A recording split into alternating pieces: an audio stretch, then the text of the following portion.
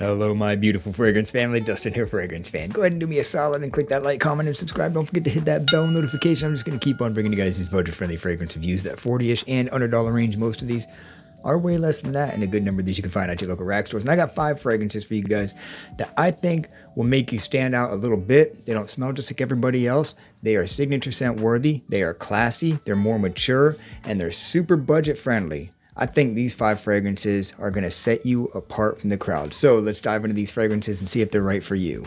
So this first fragrance kind of caught me by surprise. I didn't even know that I was looking for this thing. I didn't even know that it existed. And that is Gonzo's Friday edition. I scooped it up for a couple reasons. One, it was $20. Didn't know anything about this fragrance at all, so I did look it up, and people compared it to the one, and it had decent ratings. So I figured, hey, why don't I just go ahead and pick this one up and see for myself? They compare it to the one. It is similar. It's not quite as thick and dense and wood heavy as the one, but it does share way more similarities than it does differences. I'll go over these scent profiles. Very, very basic. This is cardamom, sage, creamy sandalwood. Mostly. There is touches of like bergamot and stuff, but mostly cardamom, sage, creamy sandalwood. The sage is nice and light. It's not ultra spicy. The cardamom is there keeping it warm, and the creamy sandalwood is really what makes the whole character of this fragrance. The performance on it is decent. You get 5 to 6 hours without a whole lot of projection, but you will stay in a nice scent bubble, for me anyhow, like 4 hours. Just boom, it'll hang out right there 4 hours. So for 4 hours. So I think that's pretty cool. Gonzo, 20 bucks, hidden little gem here.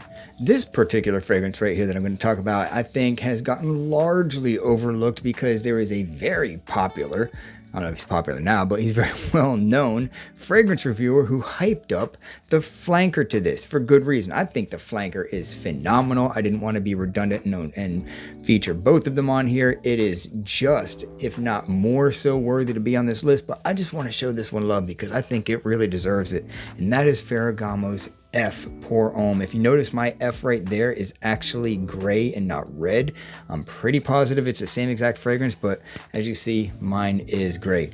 So basically, this one, apple, lavender, leather. That's mainly, apple, black pepper, lavender, leather. That's mainly what's happening in this.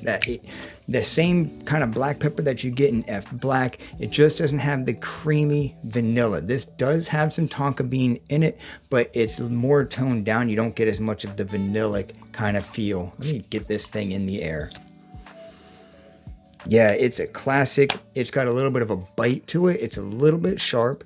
From that green apple, black pepper, and the lavender really gives it a good soapy feel. It's very soapy, black pepper, apple. Just a classy compliment machine. I don't know why, but this thing like racks in compliments. A lot of people are complaining about the performance on this one. I have no complaints. I think the performance is just fine on me. I'm getting solid 5+ hours.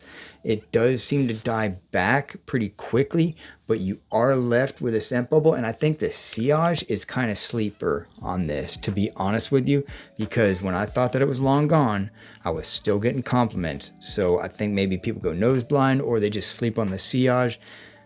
And perhaps less is more with this one and with the F Black. I know that's true with that one. So it's a good release. This is a great fragrance. The F Black, I heard that the other ones, all of them in this line are good, but this one in particular, I just wanted to show some love because, man, it deserves it. Really, really nice smelling fragrance. This fragrance right here is doing what I think a lot of companies should do. These clone companies anyhow. Start going after the discontinued ones. man. Like, Bulgari Aqua Atlantique. There's so many good fragrances that have been discontinued. And they went after La Nuit de l'Homme's Bleu Electrique with Al Nashama. So what you get in this one is it's powdery, sharp, and spicy, right? So there's a good dose of cardamom and geranium, vetiver, and patchouli. That's the main ingredients in this. The cardamom keeping it nice and warm and spicy. The geranium, hard dose of that geranium. The vetiver giving it a little bit of a kind of a dusty, grassy thing. And the patchouli keeping it dark, rich, mysterious, earthy. Not for the faint of heart.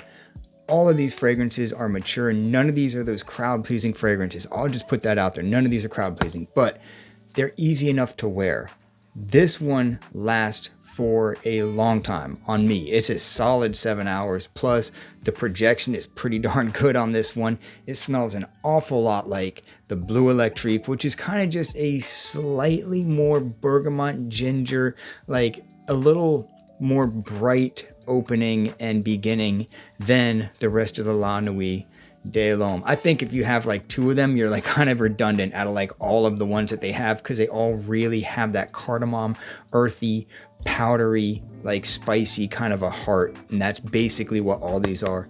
So if you like any of the La Nuit de l'Hommes, check this one out, because for the budget, for the low, this thing is amazing. This next fragrance I saw for like, I'm still seeing it for like $25 for a 4-ounce bottle. I thought at first it was priced wrong, but apparently it's not.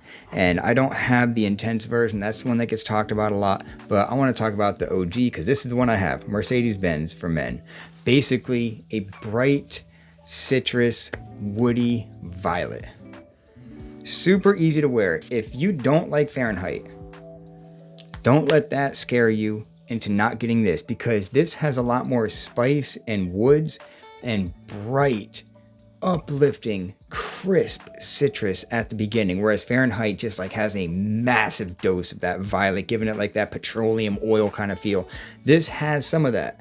It definitely has a good dose of the body of Fahrenheit in it, but there's so many more interesting aspects happening in this. I think Fahrenheit, to me, honest, is a little bit boring compared to this, because there's something about the spiciness along with the citrus and that heavy dose of the violet and woods that make this way more versatile. Like you can wear this in the summer just as easy as the fall and the winter, whereas Fahrenheit, I think, is like cool weather, evening. This is good all around, and it's a confident smelling fragrance. It's great for like a business meeting, good for just a casual in the office without offending anybody. It lasts longer than you might think. It's a solid 7-hour fragrance. It's not a beast, but it's certainly not a chump. Quality is really good on this juice. Nice smelling, long lasting, checks a lot of boxes, cheap and big. 4-ounce bottle for the 24-ounce or $24. Really hard to beat that for these Mercedes-Benz fragrances, man. These things really put out some quality juice. They punch way harder than their price tag. So Mercedes-Benz for men, the original, definitely going to be on this list. So this next fragrance caught me by surprise, because I bought this thing blind bought it, didn't know what I was getting. I got it and I was like, oh my goodness, this thing is phenomenal smelling. Went out, smelled the original. It's extremely close to the original, not 100%. I think this one's a little bit darker than the original, but beautiful nonetheless. Maison Alhambra's Afro leather, patchouli, cumin, geranium, a whisper of oud.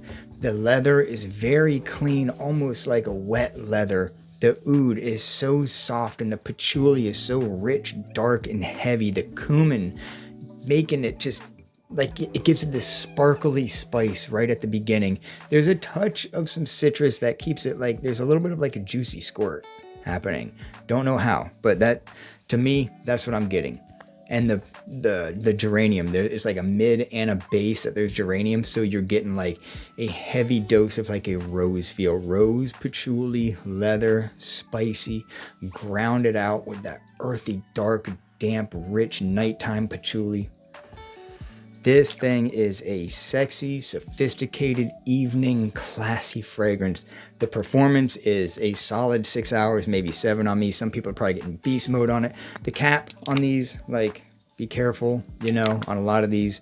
The caps do some crazy things, but man, under like 20 bucks, this one is so hard to beat for that price. If you like a leather fragrance, this is my favorite leather fragrance that I own, probably that I've ever smelled, even over original Tom Fords and stuff.